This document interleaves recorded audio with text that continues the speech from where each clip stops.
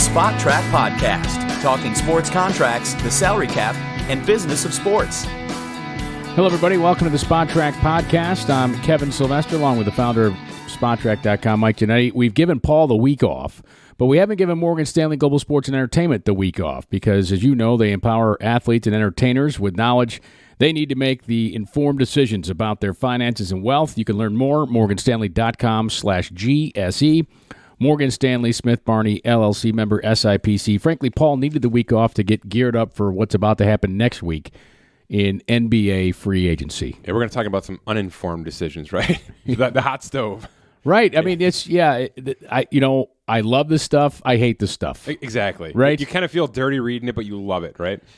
Here's a quick experiment. It's like the male soap opera. That's true. And of course, NHL also next week, too. And Premier League soccer and everything else in my life goes away. Okay. Well, I'm glad you're following Premier League soccer. I haven't. I'll get into that. Oh, you want hot stove? Oh my goodness, Kevin. Oh, really? They are every hour, every day. More so than NFL. Let me tell you why. These guys get market value. They literally get market valued, right? What am I worth today versus tomorrow versus yesterday? Because teams buy you. You purchase a player. You purchase the rights to own a player. That's right. Then you pay him a contract. Then you pay bonoses. It's a whole nother level of finance. I do like their transfer system. We'll have to do a show on crazy. That. Yeah, that's July 1st. That's what I'm saying. The transfer window is July 1st. Oh, well, so all right. It's all there, man. Yeah, it's kind of neat. So, yeah, they put the value on it. The teams buy, sell players. I mean, we're talking $250 million for these big players. Right. Could you imagine Kevin Durant being market valued at $250 million just to bring him in the house? Then you pay him $250 million more? That's what's happening in soccer. That's crazy. That's what we're talking about. It's fun to keep up with. Well, he picked the wrong sport. Perhaps not. Well, you could just be LeBron and own a Premier League team and then play basketball. That would work too. Yeah, he's doing all right. Yeah, and I love all the leaks about Space Jam 2 and who's in the he's finally owning it up to it, right? Yes. Like he's super excited and this is the best thing of his year, obviously. Hey, you want a part in the movie? Come sign with the Lakers. All right. Let's talk about the NBA free agency hot stove, and there's so many things that are going to go on there. But we're just going to touch on these. I mean, there are so many rumors out there right now. But. So let's just start with Jimmy Butler here. Yeah, he's one of my favorite names this summer because he's sort of the X factor, right? There's your Durants and your Kyrie Irvings and your Kawhis. That might end up being pretty boring at the end of the day, don't you think? A lot of maybe stay-homes there. I think Kawhi's staying. We'll talk a little bit, but I think Jimmy's going to move, and maybe how Jimmy moves might be the most interesting part of it because the report yesterday, and it's a good one, is that Philly might be willing to sign and trade him, and the team that apparently appears interested is Houston, which is all sorts of interesting because obviously we had the Chris Paul drama last week, which we talked about. They had a coaching drama. Is D'Antoni going to stay? Is he the right coach? Can they figure out these personalities? Can they win with this team? They have no cap space. They're way under. I mean, like negative 17 right now in practical, and that's practical space. So you're going to have to move 2, maybe 3 major pieces just to consider this. But I do think it's worth it. I think this is a smart move for both sides. You're probably getting. I mean, people forget before Butler went to Philly from Minnesota when he was, exiling himself out of Minnesota, Houston offered 4 first-round picks to get him, just to get the rights for him on a rental process. So they're in on him, and they're willing to go big for him. You have to imagine that's going to be the same kind of thing here, right? He is, to me, he's an underrated player, which sounds crazy, right? But I love that story out of Wolves training camp, right, where he criticized teammates. They're all mad at him. He got pissed and just said, okay. He took all the quote-unquote scrubs, sorry guys, in Minnesota, and beat the other starters and just dominated. He's an angry player. He's a good player. Really good player. He can score but doesn't have to. Right. And he's a defensive defender. Superstar, which is what Houston needs. All of those fit the bill for Houston. It's a great fit. He's Kawhi Leonard light. Sure. Right? Sure. Yeah, his days in Chicago, he was a star. Yes. He was a star with Derrick Rose there for a few years. So he can do it all. But he can also be a role player, which obviously he would need to be in Houston because nobody touches the ball but James Harden. That's right. All right, so keep an eye on that. But does Paul go as part of that? No, I don't think so. It's too much money for Paul's contract, right? Nobody's taking $39 million for Chris right. Paul. I mean, 39, 41, 44. That's Chris Paul. So oh my God! I don't even think it's a conversation. But one more thing here, because the sign and trade has changed a little bit, right? It used to be you could sign the contract you want to sign. then be traded and go to a new team, and it was sort of a 1-to-1 scenario. The recent CBA did change this. You won't be able to sign that max 5-year supermax contract that Philly can offer him, which would be 5 for $190. If it's a sign and trade scenario, he won't be able to sign that. It'll have to be the standard 4 years, $140, which is like a free agent max contract, and then he'd be traded. So he won't get 5 years out of this if he goes to Houston on a sign and trade. But 4 for $140 to join that team and push for a finals, especially this year with the Warriors situation, I think it's really smart. And just to summarize that, the reason why it'd be sign and trade because Houston has to move some money, right? I mean, they can't just bring him on. Houston has to move, and that's the only way they can acquire a player like this. They can't just go and sign anybody in free agency with the limited cap space. All right, Celtics, speaking of cap space, they have cleared cap space. Yeah, they had an interesting last week, and it sort of went under the radar unless you're really paying attention. They had 3 first-round picks, which sounds great, but it's also expensive, right? And it's something that they've had a lot of people have monitoring because the second you draft a player, their cap hold becomes part of your salary cap, and we're talking, I think it was close to $9-10 million of cap holds for these first-rounders. They ended up trading one of those picks, and that was a big move because what it did is it put them really close to having the practical cap space to be able to afford a max player, which is what they're trying to get to here. I don't think it's going to be your Kawhis, your Durants. I don't think we're in that conversation. I think we're at the level, the next tier down, right, which is Kemba Walker, Nikola Vucevic.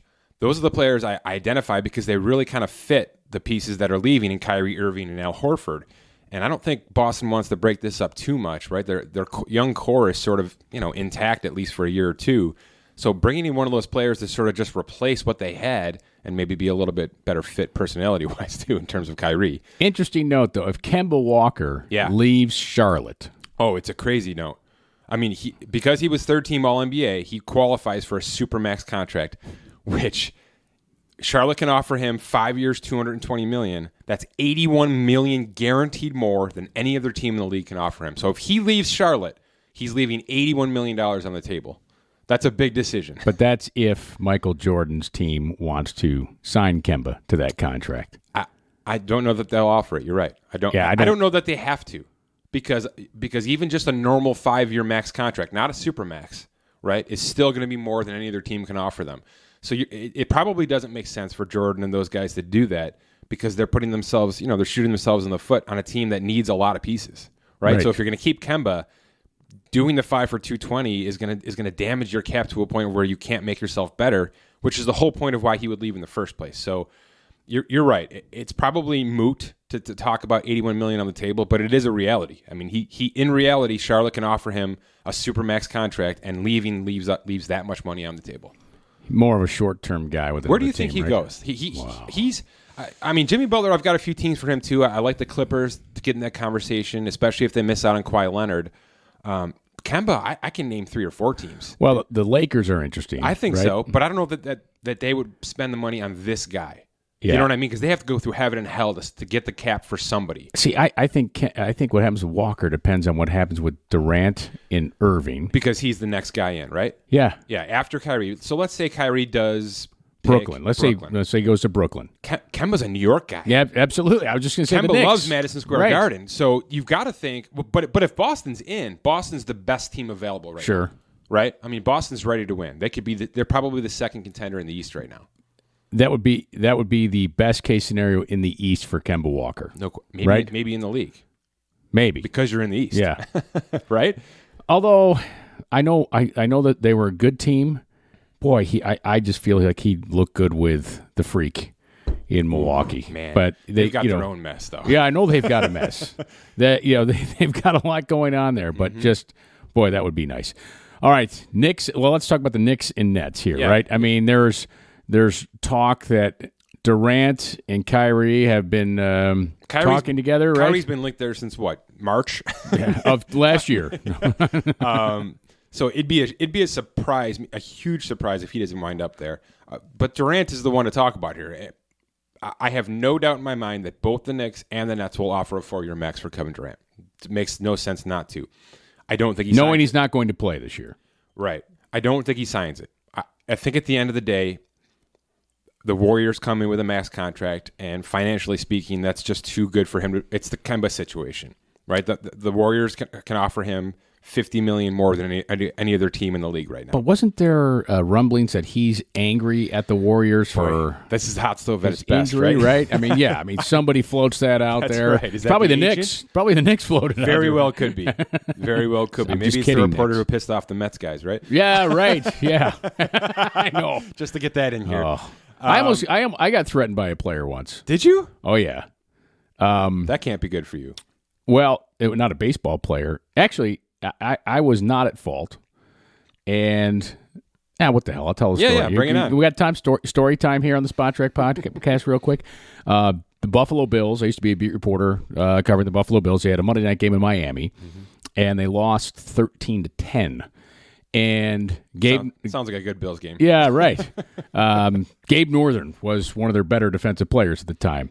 Gabe was a large edge player, defensive end, outside linebacker, but more defensive end. Well, Gabe's probably 6'5". Well, now I'll throw shade at you, Gabe, because we laughed about this at a golf tournament a couple of years ago. He's probably 290 now, but he was like 260 right at the time. And you're not. And I'm not. No, I'm not 6'5". No. I'm not a small guy, but whatever. I was 23 years old. Actually, I wish Paul was here because he was there. Yeah. Paul and I. He was working for the CBS affiliate, and both he and I were interviewing Gabe Northern after the game. And I just said something like, I said, Gabe, you guys played a great defensive game. I mean, it's kind of frustrating to hold Miami to 13 points and not come out with a victory tonight. Boom, right? Get his react. Sounds like you want me to say something negative. I'm like, no, I'm just trying to get the match. No, man, you want me to say something negative. Next question. So Paul asked him a question, and Gabe, in the middle of Paul's question, Gabe just turns to me and he says, man, get the F out of my face. I said, I'm not getting the F out of your face. Whatever. I'm just legitimately thinking, no, and so John Butler, the late GM, I used to host a show with John. Show comes over. Gabe, sit down. Kevin, come here. Gabe, you sit down and shut up. Kevin, you come here. I said, John. He's like, no, I know. It's just an emotional time. And it was. I mean, I understand. Like, they played a great defensive game. The Dolphins were charged at the time, and they held them to 13 points and lost. I get it, but that's what I'm trying to get the emotion of the player, which the fans want to know. And John's like, it's all right. You didn't do anything wrong. That's exactly what happened with the Mets. Right, the Mets, yes. They were just high tension. Everybody's sort of on the high wire right now with that team, and it was the tone of the question. If you just read the words in an article, it sounds ridiculous. Right. But you know that the tone and the attitude of that reporter set him off. Sometimes, sometimes maybe it's the way I asked. I don't know. Yeah. I've listened back to it, but whatever. So no, it's haunting you. No, it's not haunting me. It's not haunting me, but I did appreciate how players, it's such a short period of time. Sure. When reporters are allowed in and they don't listen, they lose a game. They don't want to talk. Oh, God.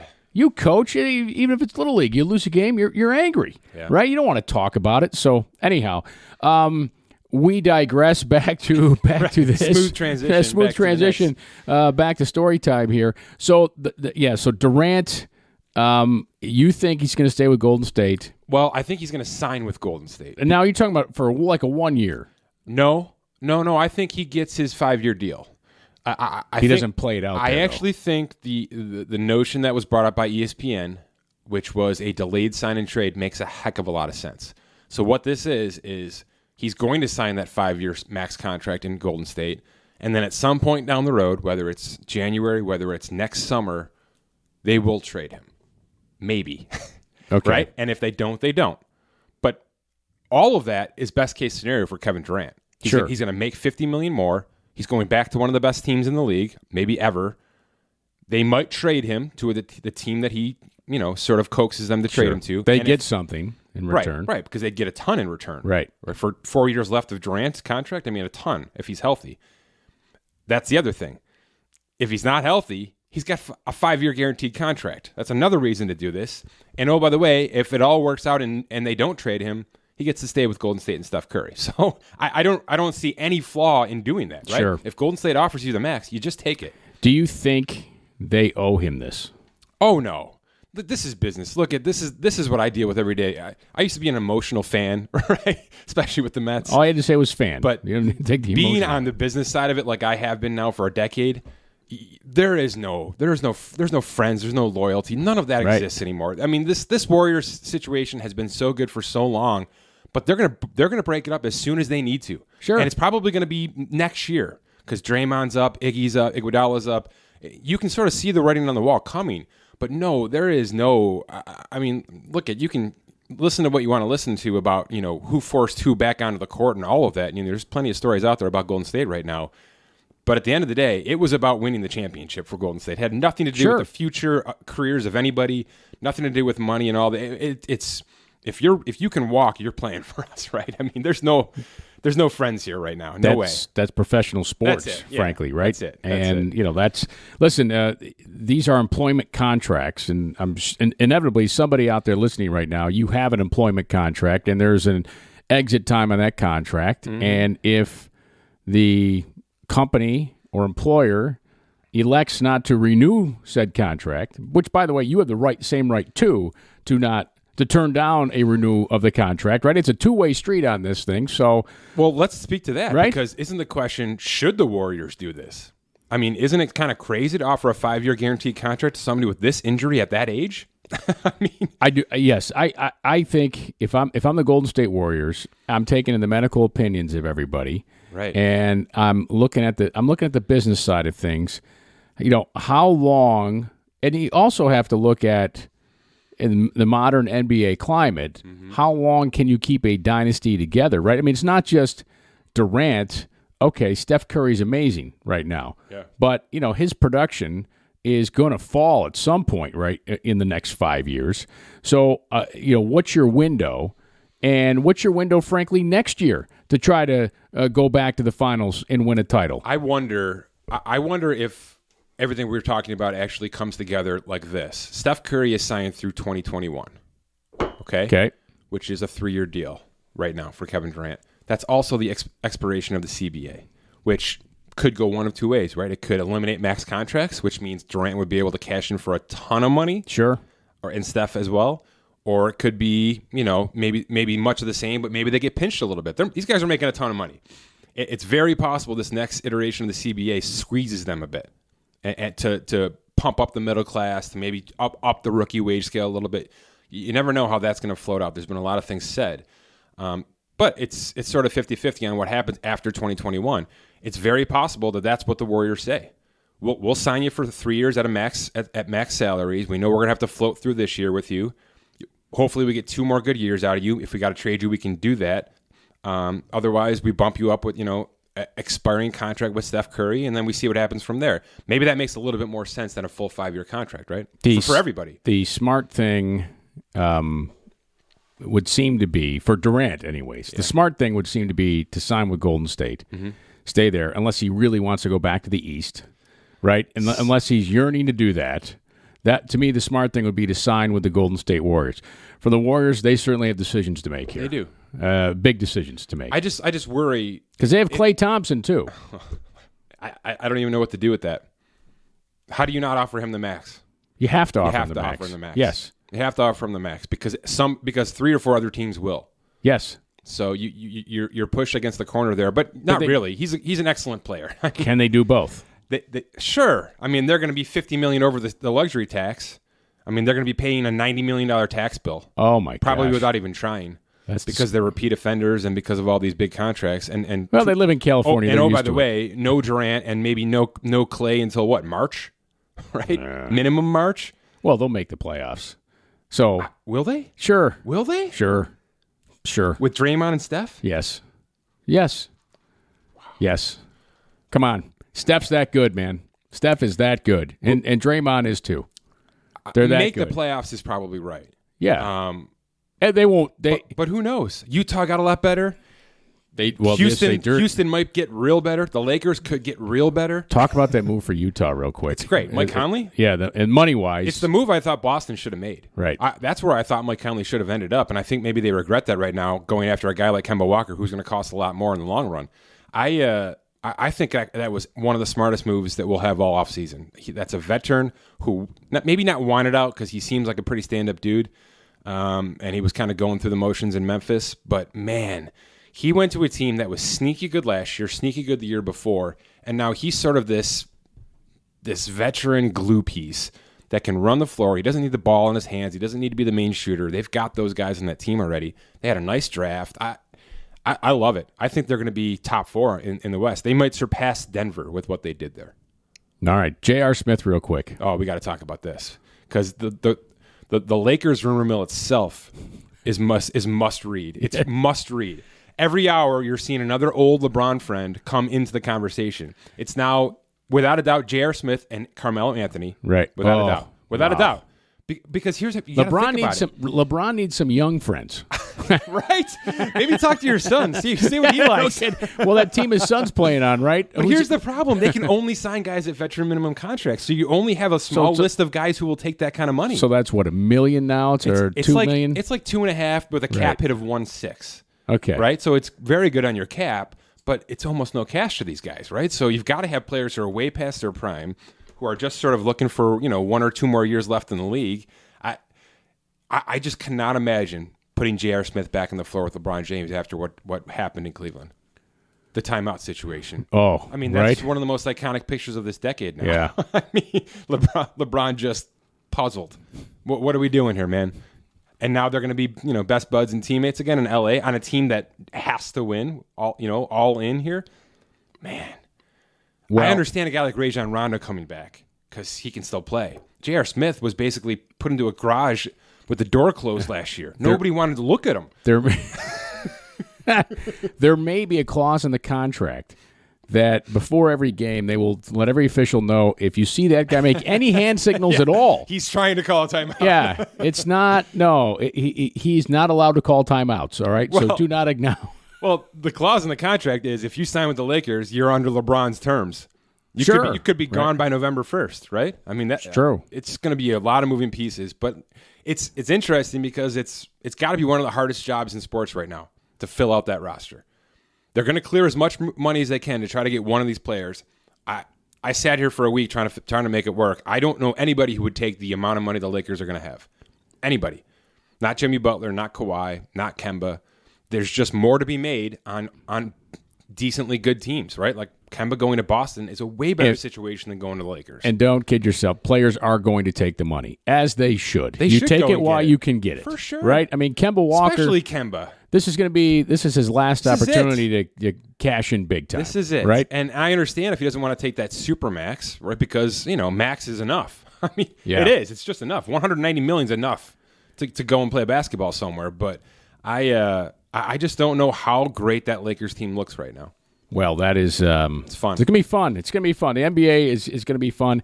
I love some people I follow on Twitter. Just like the NBA is awesome. It's the right best. now. It is great. It really has. It's they've done a great job of capturing sports fans, not only with how great the playoffs have been the last 5 years, I'll say. The playoffs have been great. They really have been. Too. A lot of it is just the transparency of the players. Sure. These guys are willing to talk. To your point with the reporter situation, these guys are willing to talk. These guys every night get on a mic. Sometimes it's crazy, but they're willing to say something almost every night. The superstars, right? Yes. So it's good for them. Well, they have a great commissioner, too. They sure do. Right? I mean, Adam Silver really gets it.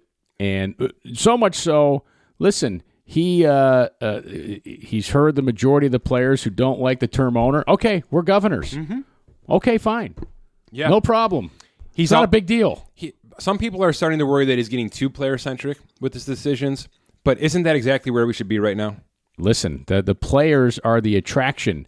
The people who own the teams are not. Everything runs through these guys right now. Yeah. I mean, maybe there'll be a generation coming where the players aren't as dominant, right? I mean, you go through those hills and valleys. Well, listen, look between the gap between Michael Jordan and it was awful. LeBron's prominence. I would say it was kind of Vince Carter and those kind of stuff. stuff. Yeah, I would even say until LeBron went back to Cleveland. Frankly, right? Because when he's in Miami, people hated it. Oh, these guys just all got together. Totally. They went back to Cleveland and won. It was like, oh, all of a sudden we love the players again. Is that fair? Yeah, because you had Boston doing the same thing, remember? You had Paul Pierce, Garnett, Ray Allen. So, that was a tough time.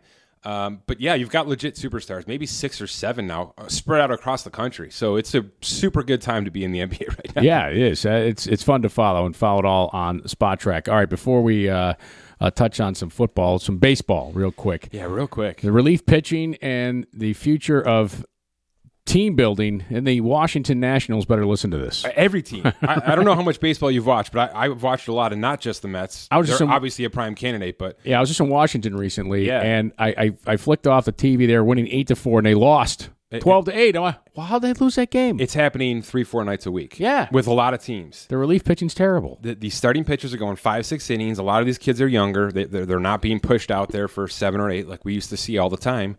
And even the veterans are being pulled back to 90 pitches, 6 innings. Baumgartner just pitched 6 last night. It was great on the hill for the Giants. Yeah, but you know that guy can go 8. Right. I mean, he's the gamer, right? But they're saving him, right? Well, that's the conversation here is these GMs and these data-driven guys, these analysts, which these teams have full teams of. I mean, there's rooms of data analysts now, right?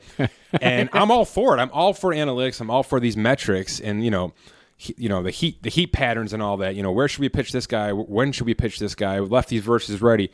All that stuff is to the max now. I mean, the data is ridiculous. But I think in this case, we're starting to see, and maybe it's for the first time. I mean, the shifts are still working, so I don't think we can really argue with that too much. You're seeing some guys start to beat the shift. You're seeing some teams pull back on it a little bit. But I think for the most part, that is still doing what teams want it to do. And by the way, everybody who hates the shift, if you've ever coached Little League or you hear your son or daughter's coach say, "Hey, move over, Billy. He just hit it there last time." Yeah. It's the same damn thing. Same thing. Right. Same thing. Yeah, I'm teaching my daughter to hit inside out, by the way. Very nice. Go Oppo. But that is sort of still holding up, and that's been a few years now. But this relief pitching thing has really come into focus here, and it's a microcosm of the way batters are approaching the game, right? So the whole home run approach, the launch angle, all of that, which is data-driven, of course. But that plus this pullback on starting rotations to the point of where now you've got a couple of teams not even starting starters, right? Yeah. I mean, it's the overcoaching term, right? You hear this all the time with 8 and 9-year-old kids. That I hear it all the time from parents in Little League. You're giving them too much. You're trying to do too much. Just let them go and play. I think we might be at that point with the pitching staffs in baseball right now. You've got the openers. You've got 6, 7, 8, 9 guys. You're bringing in 4 to 5 pitchers every game, and sometimes it's the same 4 to 5 pitchers every game, and obviously you understand the wear and tear there. Sure. But batters, and I pulled a quote here from Freddie Freeman on Sports Illustrated this week because I think it's perfect. This is Freddie Freeman. Look at it this way. If you bring in 4 or 5 relievers every night, what are the chances that one of them is going to have a bad night? Pretty good, right? I mean, the odds are pretty good for the batter. And if you do use 4 or 5 relievers every night, there's going to be an attrition factor. As hitters, we've gone back to the idea of let's get to their bullpen. Of course. Sure. So you just sort of get your way. This is Manny Ramirez's entire career. I don't know if you followed him. Manny Ramirez openly said, the first time I go up there and I see you as a pitcher, I'm going to screw with you. I'm going to take a bad swing on an outside fastball to get in your head that I can't hit that pitch. And then the next time up, I'm sitting outside fastball, and I'm going to crush it into right field. That's how he thought all the time. And that's what these guys are starting to think. They're not thinking. They don't worry about striking out in the first 3 innings because they know that they just got to slow play this thing to get to the 6th inning when these relievers are coming in throwing gas right down the middle. They've got 2 pitches, not 5 like the starters. Right. It's just a way easier approach. So this is just, I think, one of those examples where, I mean, the Mets have reports of the GM coaching the team from his couch. I've heard that, right? Yes. I mean, do we need any more than that? Even if it's not true, the fact that it's out there is a problem for the game. That we don't want any of that. We don't want any kind of data-driven analysis from anywhere than the game itself, right? I mean, that's overcoaching to the maximum right there. So just a couple of quick stats to get through this because they're nuts. This is the first time in 50 years that relief pitchers have a higher ERA than starters. 50 years. Right? Makes sense. No, it makes sense because they're pitching crazy. more. They're pitching more. But that's crazy. That's crazy. Right. And hitters are slugging, which is power hitting, 421 against relief pitchers right now, which is the second most in the history of baseball and the most since 1930. So they're doing exactly what Freddie Freeman is saying. They're waiting for those bullpens, and they're launching. Well, let me give you a suggestion. Let me give Major League teams a suggestion. Instead of having 5 starters, why don't you have 6? Well, that's right. One of the points I wanted to make. Are we going to have to expand starting rotations to have guys go 7, 8 all the time? Yeah. And then you don't pitch every 4 days anymore. You're pitching every 6 days. Yeah, and you go back to your 2 setup men and 1 flamethrower. Right, because the closer's almost useless now. Because if you can't get to him, right, if you're dead in the 7th inning, the 9th guy doesn't matter. So 2 things have to happen in terms of team building, and it's been talked about a lot, and I think it's going to happen. The 25-man roster has to expand. Right, we've got this crazy, stupid situation in baseball where for 5 months it's a 25-man roster, and then September 1st, after the AAA teams finish, you can expand to 30. Why? Why are we doing this? Why do you make it easier on the team in September than it is in April? It makes no sense. So based on our discussion here, and I agree with your point about expanded rotations, you have to have an expanded roster to allow for that, right? You don't want guys losing jobs because of this. But here's what's going to happen: if you've got guys that used to pitch every 4 days pitching every 6, they're not going to be worth as much. They're not going to make as much. So the salaries are going to be affected here for sure. So it's not a conversation people really want to have internally, but the numbers talk to themselves right now. I mean, an ERA of 4.50 for relief pitchers throughout the league, that's unacceptable. It's just unacceptable. It's gonna be fun to watch to see how. Yeah, keep an eye on it. See how this goes. You're right. Teams. You think about if you're gonna throw 4 or 5 relievers every night, they've got to be great. And Freeman's comments He's are right. We only need on. one guy to be awful. Right. And we're going to crush him. Yeah. Wow. You know what? To me, it also eliminates the wow, this guy pitched a great game. The gamer aspect. Right? Yeah, yes. That's it. I agree. That you mentioned Bumgarner. He's the perfect Verlander. That kind of guy. Yes. I mean, there's something to that. And it's not just that he's going up there throwing. There's a personality with that pitchers don't feel confident with. Or, hitters. Freddie Freeman wouldn't say that if Verlander's in the 8th still throwing 97. Correct. You know what I mean? Yes. Because you get overmatched mentally, and that's what's missing. These hitters think they can get anybody right now. All right. And they're doing it. before we move on to football here, I want to talk to all you fantasy football. Listen, the script tells me to call you guys nerds. All right, but we use that term affectionately, okay? If you missed out... Play into the audience, Kevin. Okay, well, listen, that's fine. You know what? The nerds who make money win in their fantasy football leagues, right? If you missed out on the beta sign-up for Dynasty Owner, good news, you can still get a lifetime discount by registering right now through Indiegogo campaign. Here's how it works. Visit dynastyowner.com. Select the level of support. There's levels of $250, $500, $1,000, $5,000. You'll lock in a Dynasty team for life, plus additional gifts, hats, shirts, Yeti mugs, game tickets, and how about this? A 1-week trip to a private villa in Mexico.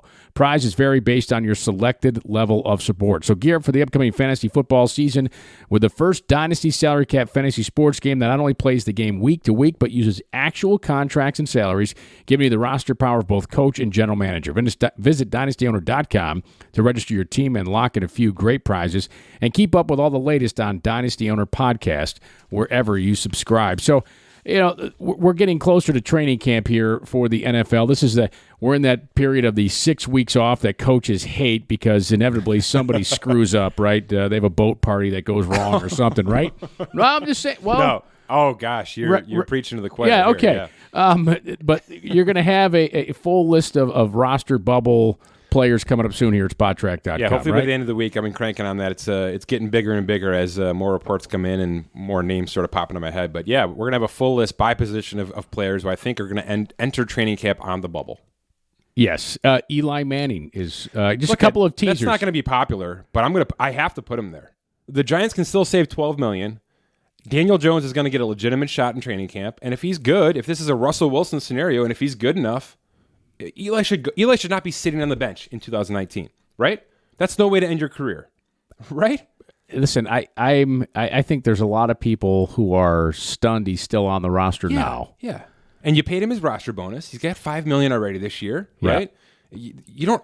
It's the Kevin Durant situation. You don't owe him anything. I was just going to say, you don't owe him anything. $5 million, you don't owe him anything. Right, that's the parting gift. And it would be a detriment to him and the family, the Manning family, to see him on a bench holding a clipboard, right? Yeah. Yeah. I think he's been classy throughout the whole thing. Yeah, I agree. Right? He said all the right things. He's sat for a couple of games when they asked him to sit. He's been fine. But the Giants aren't going to win the NFC East. They're not. I think maybe every team is ahead of them right now. Dallas, Philly, and Washington. In some capacity, they're probably better than the Giants. By the way, Washington is Alex Smith. They're talking about him coming back. Are you kidding me? Oh, I did put Case Keenum on this list. All right, Case Keenum's here, but it's all of them, right? Because think about what they have right now. They drafted Dwayne Haskins, who I think he's got to start, right? You would think. But they also traded for Case Keenum, and they still have Colt McCoy, right, who they like. Yes. He knows their system. They like him. He's recovering from like 3 leg surgeries. I don't know where anybody stands, right? I mean, maybe Case Keenum gets the week 1 start because he's the healthiest and the most experienced, right? I don't know. That just makes sense. I think the new sports car is going to look pretty damn good in the parking lot. Me and Haskins, you know what I'm saying? Like, no, I'm just saying, if it's close, like you go with the young guy. You can cut anybody. You can cut anybody. I mean, Keenum can go, McCoy can go. They're all making like $3 million.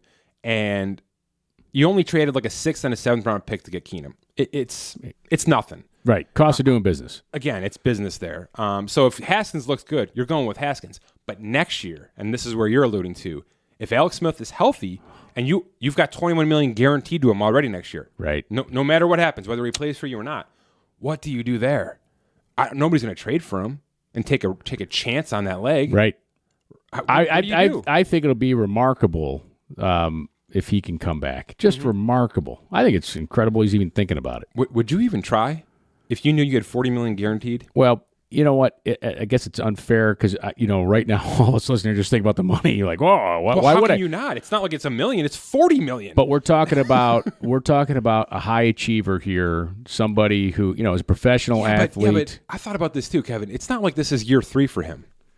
Right. I agree. He's done it. He's done a nice job. He's recovered his career, which was a bust in San Francisco. It was a total bust. I would agree. And then he went to Kansas City and really turned it around. And this was supposed to be the culmination of that, like his push for a ring. But I don't think a lot of guys would push as hard as he's pushing right now, is my point. Well, I think I'll just go to those surveys they've done with players, ex-players, who have concussions, and hey, would you do it all over again? Of course. Would you trade it? No, I wouldn't trade a thing. Of course. You want to put the helmet on as much as possible. But he's already got the fortune. He's getting it either way. So I guess it depends on, hey, if you do this again, you could lose. What's the chances of losing a leg? I don't know. His wife's got to be in his ear if he's married, right? There are risks. We're good here, right? Yeah, right. We're good. Yeah, you have nothing to prove. But yeah, next year is going to be very interesting if he does recover, and there's some sort of controversy between him and Haskins. What if Haskins is great? What if he's great? It's possible. Man, the guy had a great college career. An underrated college career at Ohio State. So yeah, keep an eye on that. All right, so other players on that, LaShawn McCoy. He's been on my list for like a year and a half. I think he personally can't stand me because of it. I mean, yeah. That's all right. It's just money. It's just business. He's still a nice player. He had a down year. I think he's been banged up for a couple of years now in Buffalo. He's sort of on the back end of of his prime. So, but he's a contributor. I mean, there's teams. Look, I identify a team like the Chicago Bears for him. All right, who they've got a couple of nice young pieces and a piece like Tariq Cohen to sort of complement LaShawn McCoy. But McCoy is maybe a 2-down back in Chicago. That's more effective, I think, than where he stands. The Bills did a ton of work on their running back situation. Yes, they did. I mean, T.J. Yeldon, Frank Gore, they drafted a third-round kid who can kind of do everything. The drafting of the running back, to me, says everything. Right. So, I mean, but it does sound they still want to give him one more year, let him play it out. It's just a lot of money. You could save $6 million plus by dumping him right now. So I don't know. He's going to be on this bubble through the rest of the summer until he's playing week 1. John Ross from the Bengals, Tavon Austin from the Cowboys. Yeah, a couple of guys who, I don't know, just haven't really done it. I mean, John Ross is still young. He's on a fully guaranteed contract, so it would have to be a trade out of Cincy. It's just a change of scenery kind of situation like Corey Coleman or Kevin White that we've seen in the past couple of years. A first-round bust who maybe just thrives in a better system. I don't know. He probably sticks since he's reeling. My God, they lost their left tackle yesterday for the entire year. Did you see that? No. First-round pick, Jonah Williams, out for the year. Oh, so Cordy Glenn Alabama gets the good job again. Wow. So they're already in trouble. So I don't know. Maybe that actually forces more of a shakeup than anything. So we'll see. Tavon Austin, they brought him back on sort of a nice, incentivized deal in Dallas, and then they signed Randall Cobb. to more money. Right. So I think the writing's on the wall there. We'll see what happens. Ed Dixon, I can't believe he's stuck this long. He's one of the highest paid tight ends in the league. He did absolutely nothing last year. He's a nice role tight end, but his days of downfield catching are done. I mean, I just can't imagine he sticks on this roster. And then finally, and this is my favorite part, the more I dug into these teams and what kind of movement we might see, I think we're going to see more than one kicker trade. I think so. Kicker's the kicker. I mean, the Bears for sure are going to do something. They've tried out like 47 kickers and hate them all. So they need a kicker because they're a great team, and that's a piece that they need to add. And I do think Robbie Gould's got to be in the conversation, right? He's on an unsigned franchise tag in San Francisco. They can trade him up until July 15th. That's the deadline to sign or trade the franchise tagged players. He's got Chicago in his roots, right? I mean, all signs point to there. So I like that. I like the kid out of Cleveland, Greg Joseph. I think he gets moved. They drafted a kicker in the 5th round, Kevin. So once you do that, right? Yeah, the other guys gone. on the roster are in trouble. That's right? it. Well, yeah, you do not draft a kicker for him not to make the team. No. So those two names I think should get floated around for movement. And Robbie Gould especially, he's been one of the best kickers in football. It's only like a $4.5 million franchise tag, nothing crazy. So let's keep an eye on the Bears and kicker trades this summer. All right, look for that list coming up later this week at SpotTrack.com. All right, final note is on NHL. Free agency is next week in the National Hockey League, and one of the more intriguing things, the big players, Panarin and Bobrovsky, the goaltender, Columbus, and Panarin, the sniper, and all indications were Panarin was going to Florida, no matter what, to go play with the Panthers, which our friend Robert Raiola would advocate because of the sales tax, right? Of course. But what's interesting, the NHL, the salary cap projection was 83. It's actually 81.5. That's the ceiling. There's a floor and a ceiling in the NHL, so it went down $1.5 million.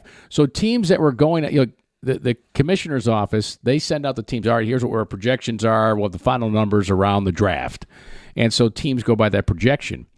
And the PA holds some power, the players do, when it comes to an escalator. And they can escalate the salary cap as much as 5%, which they always did initially. And last year, they did 1.5%. This year, they just did 0.5%. It's not good. And so it kind of... in one essence, I think 2 weeks ago we talked about how that cap is not rising enough, and then now we get this. Right. So in one essence, you can say that the players are screwing the teams by not doing so, the association, or are they screwing themselves by not having as much money available in the free agency pool? So guys like Panarin, well, hold on a second. Is he going to get as much money now? Or a team like Toronto that has Mitch Marner, Jake Gardner, Marner, who is a restricted free agent, Gardner as a UFA, he's going to get paid, by the way, by somebody. Mike just pointed here to Buffalo. Yeah, absolutely. I if I were Buffalo, I'd be going after Jake Gardner also. I'd be looking at Mitch Marner on an offer sheet. I think a lot of teams are. Now, offer sheets, here's the issue, and it'll be interesting to see if anybody does it. Marner is a fantastic player. And if you sign a player to an offer sheet, you have to give up 4 first-round picks. For a player of that caliber. Right. In a 5-year window, by the way. So if you don't have a first-round pick in 2020, that's okay. Your next 4 are gone. People don't – now, 2 things with offer sheets. The player has to negotiate it with a team. So it's not just like you can hey, Mike, you're a free agent. I'm submitting an offer sheet to you. Yeah. No, it's a negotiated contract. It's not a kidnapping. It's not – it's not a transactional thing paperwork-wise. The player's got to want to come and play for you.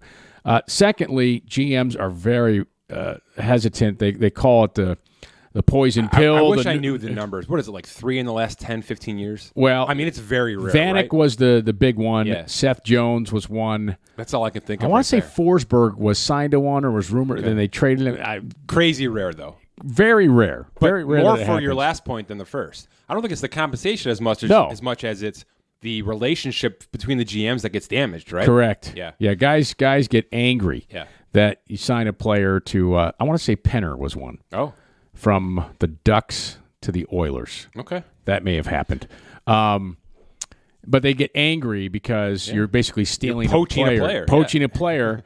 But first round picks are the currency used to make trades in the National Hockey League. Are they as powerful as they used to be, Kevin? Yeah, because they are. You look. the majority of players who are in the league, right? It's the first round is the percentage is so much greater than the second round. And then after that, it's like roll the dice, right? Sure. It's a crapshoot for sure. Doesn't mean great players don't come out. I mean, Marty St. Louis Hall of Famer was an undrafted free agent. That stuff happens in hockey because they draft him so young.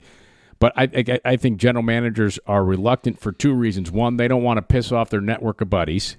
And number two, they handcuff themselves in the future, whether it be drafting first-round players or making trades. And let's say you sign a guy and you stink and you win the lottery and you give up the first overall pick because you signed a player, didn't work out. No question. I think there's a ton of fear. There's a ton of fear when it comes to that. So the alternative is to just trade the rights, right? The alternative is to trade Mitch Marner's rights, let somebody sign him there. Right? So let's say you're the I don't know, Colorado Avalanche. They have cap space. Yes, they do. They have a lot of they're a good team. They got a lot of cap space. So let's say they're negotiating with Mitch Marner and they want to sign him, but they don't want to do the offer sheet. Right. They can go to Toronto and say, "Hey, look, that's right. You know what? That's what happens almost all the time. In the exploratory period, we can do this, or we can trade you a first round pick. That's right. Or first and second for his rights, and we'll sign him. So that's what's going to happen, right? That's what happened. I just can't. 4 of these guys. I right? can't see Toronto signing him. They can't pay him $11 million. Apparently, he turned down $11 million. That's what the hot stove said. That's right? unbelievable, right? That seems to be about his number, especially now with the lower cap. Well, just to go back to that real quick, how about these teams that sign players to extensions with 83 in mind? Right? Yes. So they're thinking $83 million cap. They're budgeting for a certain amount of space and room. They're allocating certain dollars to players based on that. Teams like the Sabres who signed Jeff Skinner, the Sharks who signed Erik Karlsson at $11.5 million. Ooh, yes. Right? I mean, those teams that did things early with one number in mind, and then the league dumps this on them. How do you let that happen? Right. How do you let that happen? I mean, you've put the Sharks behind the 8 ball. Well, the amazing thing to me is how does it get to nearly the 11th hour? That's what I'm saying. And teams don't know the cap. The rumor came out 6 hours before it actually came down. Right. I mean, I hope teams knew way before that because we didn't. We certainly did not. Right. And just to sort of put a bow on this, the NBA has not yet set their league cap. It's been rumored at 109 for 2.5 years now, just like it's been rumored for 118 next year.